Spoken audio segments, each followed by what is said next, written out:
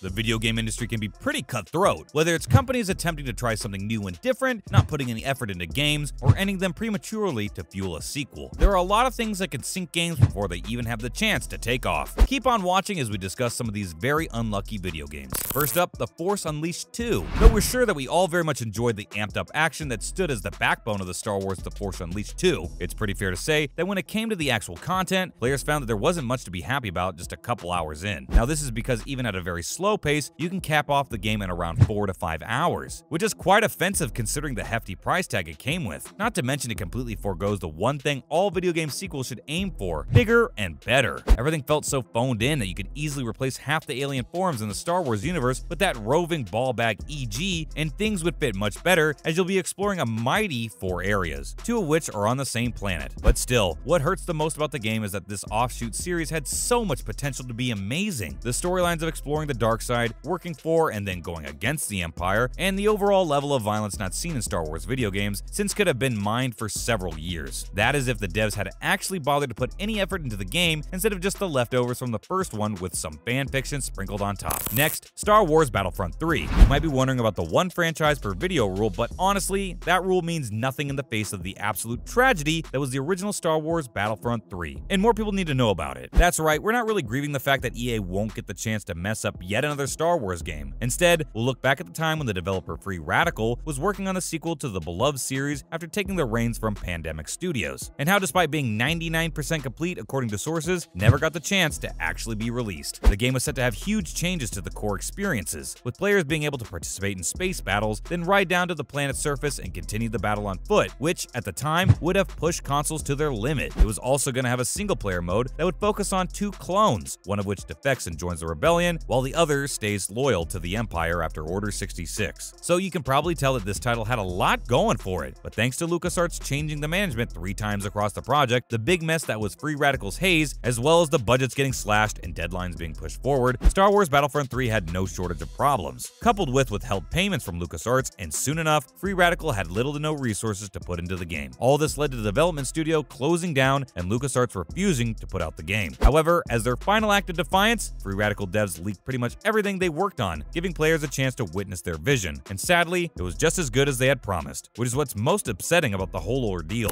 Up next, Halo 2. The angry cries of players could be heard all around the world when the Chief of Beef decided to sting fans with a sequel we all sort of knew was coming, but was delivered in a horrifying manner in Halo 2. After waiting a couple years for the sequel itself, players were dragged through a confusing mess filled with arbiters and grave mines, only to be told that the real action would be starting in Halo 3. Once word got out about the infuriating news, it's fair to say that the hype train ended up getting seriously derailed. For many, it felt like a slap to the face to be given the let the wheel spin narrative just so the series could be dragged out. Barely anything noteworthy happens on the journey, and if we're being completely honest, you could skip to part 3 and piece together what's going on without wasting your money on the one before. Thankfully, Halo 3 did end up doing really well on the single player front, but for a while, it really felt like the series was sinking under the weight of its own expectations. Now we have Titanfall 2. Now, if you haven't already done so, please go and play Titanfall 2, as the game is maybe one of the most underappreciated hidden gems of the last generation. It's a huge shame seeing the series get its leg kicked out from underneath when it was just trying to find its footing. The original Titanfall game had a brilliant concept of big mech battles amid mass firefights, and combining that with a fascinating and engaging parkour system allowed for liquid quick gameplay. However, when it came to the narrative, it was a bit on the light side. The stories would play out on the same maps you'd play in multiplayer, and the creatures you'd spot in the distance were way more interesting than the military guff players were being forced to inhale. Then came Titanfall 2, smashing straight into the ground and tearing up the script of the original game while delivering a genuinely heartfelt and action-packed story of a man and his mech who take on all odds and exchange some dry banter along the way. This was a great breath of fresh air, not just for the series, but the entire sci-fi genre that was in real danger of becoming irrelevant. And so naturally, with all this positivity, it died a commercial death. This game was what Titanfall 1 needed to be, but thanks to a steady decline in interest and less than ideal release window for the sequel, Titanfall as a franchise is now gathering dust. Now we have The Order 1886. If we tell you about a game where you play as a group of secret monster hunters hoping to defend humanity while using high-tech weapons set in Victorian England, you'd think it'd be pretty sweet, right? It definitely looked that way to us and countless other players. Until that idea, all the cool set pieces, the interest take on steampunk gadgets, and weapons were all smushed into a 4-hour experience. And nope, no DLC or sequel either. This was the game that so many wanted to be much more than it actually was. Just as the wheels began to spin at full speed, they came flying off as the game halted with credits only 4 hours in. And this is just when players had finally gotten gotten to fight some of the werewolves promised earlier on in the game. It came off as a short story rather than a movie script and ended up turning into some glorified tech demo, though one we are desperate to see more of.